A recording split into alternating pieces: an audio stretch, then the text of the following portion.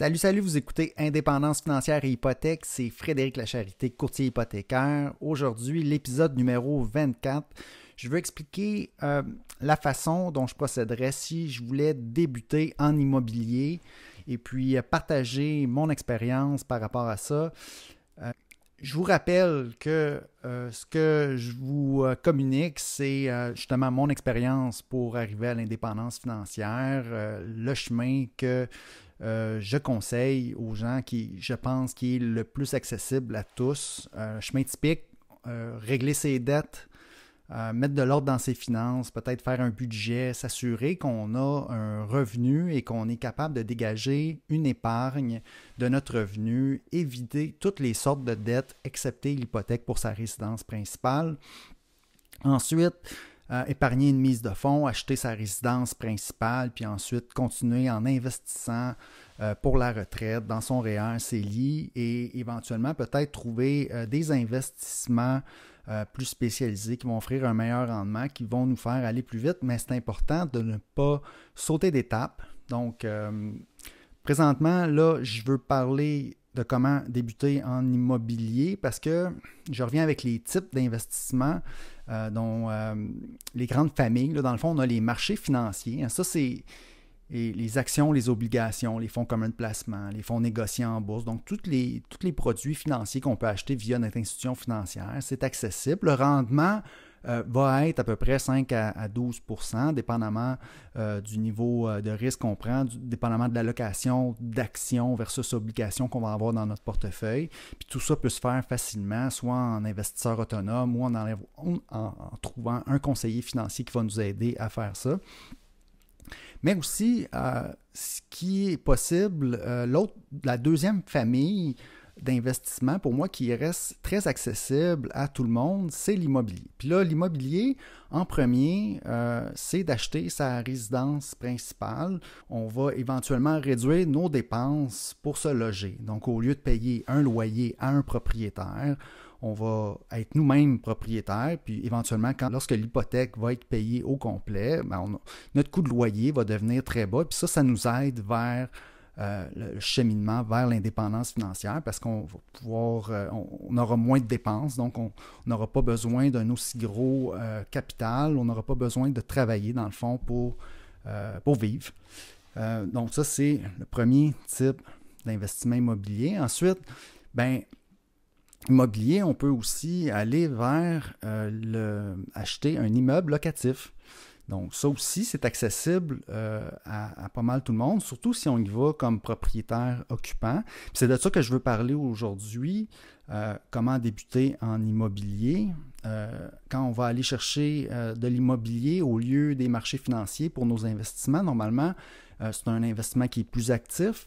Et c'est un investissement donc qui on va exiger un meilleur rendement. Donc, qui dit meilleur rendement, dit on chemine plus rapidement vers l'indépendance financière. Donc, c'est, je pense que ce que tout le monde cherche, ou en tout cas, les gens qui veulent cheminer vers l'indépendance financière, on cherche tout le temps du rendement. Il faut faire attention de ne pas prendre de raccourcis. Mais en allant dans l'immobilier, c'est une façon assez commune et accessible à tous. Parenthèse, je vais parler un peu de mon histoire par rapport à l'immobilier. Moi, je ne suis jamais allé acheter d'immobilier locatif, donc je n'ai pas acheté d'immeuble à revenus. Par contre, j'ai acheté ma résidence principale, puis quand je regarde mon cheminement vers l'indépendance financière, une raison pourquoi que j'ai atteint ce niveau-là, c'est par la décision d'avoir acheté ma résidence principale, le gain en valeur que ma résidence principale a pris au fil du temps, le fait qu'on parle d'un gain en capital qui est non imposable parce que c'est notre résidence principale. C'est pour ça qu'aujourd'hui, justement, j'ai une résidence principale qui est payée, donc il n'y a plus d'hypothèque. J'ai juste les frais de condo, les taxes municipales à payer, puis ça me coûte pratiquement rien pour me loger. Donc, le volet immobilier m'a beaucoup aidé dans mon propre cheminement. Et puis, la raison pourquoi que... Puis là, je raconte peut-être l'histoire quand j'ai acheté ma première résidence principale. à ce moment-là, j'y ai pensé d'acheter soit un condo ou un duplex, triplex. J'y ai bien réfléchi. Et puis, à ce moment-là, ça aurait été une bonne idée, OK, d'acheter un duplex, triplex. De un, parce que les valeurs ont augmenté de façon significative depuis ces années-là. Et puis, ça aurait été un excellent investissement. Deuxièmement, parce que j'aurais à ce moment-là, j'avais l'énergie, niveau confort, de passer d'un appartement, un 4,5 à acheter un duplex, où est-ce que le confort est quand même minimal. Duplex, on s'entend que c'est pas peut-être pas aussi confortable qu'une maison avec plus d'espace, avec un terrain, ou est-ce qu'en plus on a l'inconfort d'habiter avec ses locataires et de devoir mettre du temps pour bien gérer notre immeuble, l'entretien, la relation avec les locataires, etc.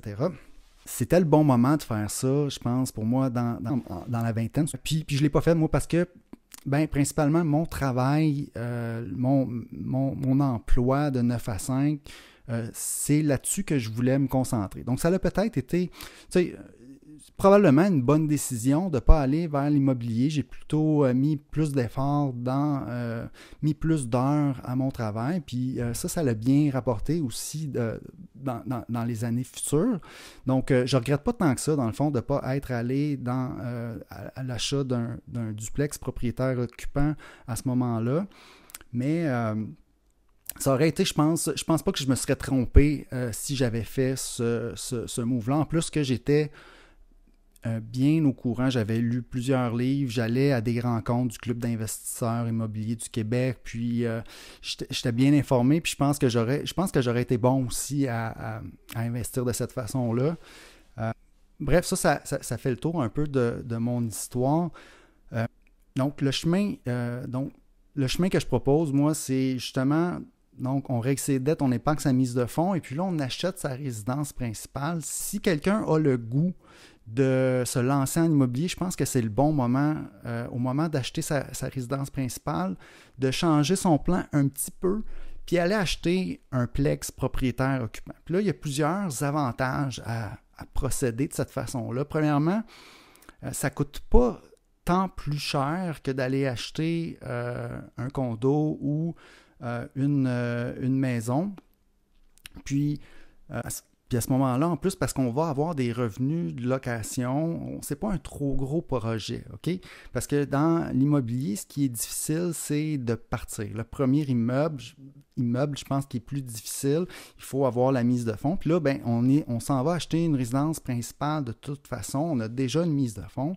Quand on est propriétaire occupant, on a accès aux règles de mettre une mise de fonds minimale. Donc, on n'est pas obligé de mettre 20%. Comme c'est le cas quand on achète un immeuble à revenu et qu'on ne sera pas occupant dans l'immeuble. Donc, à ce moment-là, on est obligé de mettre 20% de mise de fonds. Faut profiter, selon moi, c'est une bonne idée, c'est une belle opportunité donc de voir si on aime ça, si ça nous intéresse l'immobilier, parce que je sais que ça intéresse beaucoup de personnes. Y aller avec un plex propriétaire occupant, évidemment, bien faire ses devoirs quand même avant, c'est-à-dire être bien entouré, s'informer, pas acheter n'importe quoi, évidemment, aller voir un courtier immobilier qui va vraiment bien nous trouver un bon immeuble qui fait du sens pour notre situation. Je pense que c'est le meilleur, c'est une super bonne façon de procéder. En plus qu'on augmente ses dépenses de façon intentionnelle, au lieu d'aller acheter tout de suite une grosse maison avec beaucoup d'espace où on peut limiter notre luxe encore quelques années, aller dans un appartement puis être proche d'un locataire qui n'est pas idéal pour plus tard peut-être construire une équité sur notre immeuble puis garder le projet d'avoir une maison avec un terrain, d'avoir plus grand à plus tard. Je pense que c'est une belle façon de procéder. Puis en faisant ça, on va voir si on est bon dans l'immobilier, on va voir si on aime ça, si c'est quelque chose, si on a l'énergie pour le faire. Puis ce faisant, on va bâtir son expérience, on va bâtir son réseau, puis on va apprendre comment le faire. Puis si on aime ça, Le prochain move, c'est peut-être d'acheter un deuxième immeuble, puis après ça, un troisième immeuble, puis on peut procéder comme ça un peu de la même façon. Puis l'immobilier, hein, c'est pas juste les immeubles locatifs. Il y a tout plein de façons de se bâtir un patrimoine avec l'immobilier. On peut faire du chalet locatif, on peut faire de la location court terme. Donc, évidemment, si vous regardez un peu, si vous traînez un peu dans les clubs immobiliers, vous allez être exposé à toutes ces façons de faire de l'argent avec l'immobilier. Et puis, moi, ce que je partageais aujourd'hui, c'est que je crois que la meilleure façon par rapport à ce que je veux partager sur le cheminement vers l'indépendance financière, c'est qu'au moment d'acheter sa résidence principale, considérer peut-être d'y aller vers un plex propriétaire occupant. Je vais terminer, dernier segment de mon émission, je vais parler du financement parce que je suis courtier hypothécaire, je peux aider quelqu'un qui voudrait par exemple acheter son premier immeuble, son plex propriétaire occupant, première étape, peut-être même avant d'aller voir un courtier immobilier, c'est de bien vous informer sur votre capacité d'emprunt. On fait une préautorisation, on regarde notre capacité d'emprunt, on fait des scénarios, puis là, même au moment avant de faire des offres, on peut envoyer les chiffres à son courtier hypothécaire puis s'assurer qu'on va acheter un immeuble qui va nous mettre sur la bonne voie vers l'indépendance financière, c'est-à-dire on ne va pas aller chercher un immeuble qui va nous donner plus de dépenses, qui ne rapportera pas, parce que, évidemment, le rendement dans l'immobilier, il faut que ce soit mieux que les marchés financiers. Donc, on ne fera pas tout ça. On n'ira pas acheter un immeuble plex propriétaire occupant, mettre de l'effort là-dedans si ça ne rapporte pas autant que les marchés financiers. Donc, c'est une bonne façon de vérifier, c'est de regarder les chiffres avec peut-être son courtier hypothécaire peut aider par rapport à ça. On peut faire les calculs ensemble. Côté financement, on va travailler avec le côté résidentiel parce qu'éventuellement, les immeubles à revenus, on peut y aller au commercial, mais ça, les conditions ne sont pas les mêmes, ne sont pas aussi avantageuses. On est mieux de commencer dans le résidentiel, c'est la façon de faire. Les gens essaient d'en accumuler quelques immeubles au résidentiel avant de passer au commercial, parce qu'au commercial, c'est différent. On va avoir besoin de plus de mise de fonds pour financer nos immeubles au commercial. Donc, on reste au résidentiel. On fait attention de ne pas se surendetter. Puis voilà, c'est ce que j'avais à dire sur le financement. Puis si vous avez des questions, évidemment, pour moi, de ce côté-là, ça va me faire plaisir. Vous avez juste à m'appeler ou m'écrire, puis on regarde ça ensemble. Sur ce, je vous souhaite un excellent cheminement vers l'indépendance financière. Merci.